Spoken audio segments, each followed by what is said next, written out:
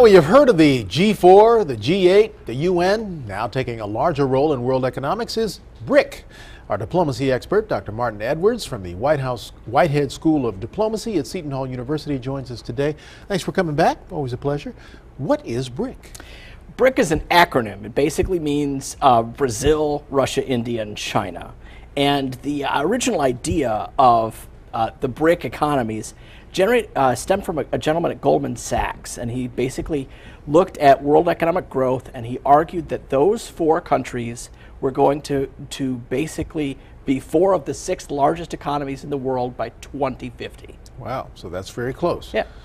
So what is their purpose now? Okay. As opposed to all of these other organizational groups we have, what is the purpose of this one? So the term BRIC is obviously just an acronym, but it took the form of an actual club as the foreign ministers from these countries began to meet annually. And in 2010, South Africa joined them, so they now take on the acronym of BRICS with South Africa added. And these are, I guess you would call it emerging economies? Yes. China, South Africa, India, Brazil, perhaps one step below the Europe and the U.S. in terms of their economies, but now they're taking off. Absolutely. What do these economies have in common? They're all growing rapidly. If you look at economic growth over the last 10 years, those five countries are growing about 2.5 times faster than Europe. And then within that, that China is growing about 9% a year. So they're fantastic growth, and they all have common interests in making sure that that growth continues, which is why they're meeting. Now, are these common interests perhaps anti-interests for the U.S. and Europe as we see these economies slowing down? Well, they want to make sure that the world economy keeps growing. So they have at the last meeting they had a press release where they said, "Gosh, we really hope that the European economic mess gets sorted out," because obviously that benefits them. But for themselves, as they're growing, they want sort of a larger share in the pie in the governance of the IMF and the World Bank, and that's where their interests sort of bump up against that of the U.S. and Europe. Right. It's interesting. You look at where the sales of things like cell phones, telecommunications, fastest growth in those four countries. Absolutely. And it actually is a kind of an omen of where the economies are going.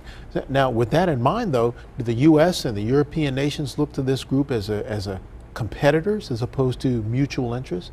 I think there's a lot of mutual interest there. What these BRIC countries want is they want sort of more trade. They've benefited from the world economy, so they're not showing any interest in or closing themselves off to the rest of the world. And right now also all of these connections are really informal. They're like a club. So it's we can't really think of them in the same way that we would think of as a trade bloc like the EU. Is there a sense of consensus among everything, or within this club do you find big discrepancies based on their own self-interest? Yeah, and that's the other thing too, is that there's a lot of things that they have in common. But it's kind of like your friends in elementary school. There were things that you agreed on, things that you didn't. With these countries, they agreed that developing countries should have more voice at the IMF and the World Bank, but they couldn't agree on who a consensus candidate should be. And then if you think about within the five countries, not all of them are democratic. There is obviously rivalries between India and China, between China and Russia. And so there are obviously tensions there too. Do you find that among your students that there is a disparity between the actual growth of these countries versus the imagery that we have of them? When we think of China and India and South Africa, we don't think of them as developed as the U.S., and yet there's a lot of development going on over there. Yeah, I mean, if I were a high school senior, and I was looking for a job, I mean, my advice would be to go where the growth is. And I do think that folks get a little worried when they hear that these economies are going to be bigger than the U.S. by 2050, because that's the aggregate size of the economy. That's not wealth. So there's an important difference there, because we always, the rhetoric in the presidential campaigns is often geared to how the U.S. is being overtaken by these other countries as well.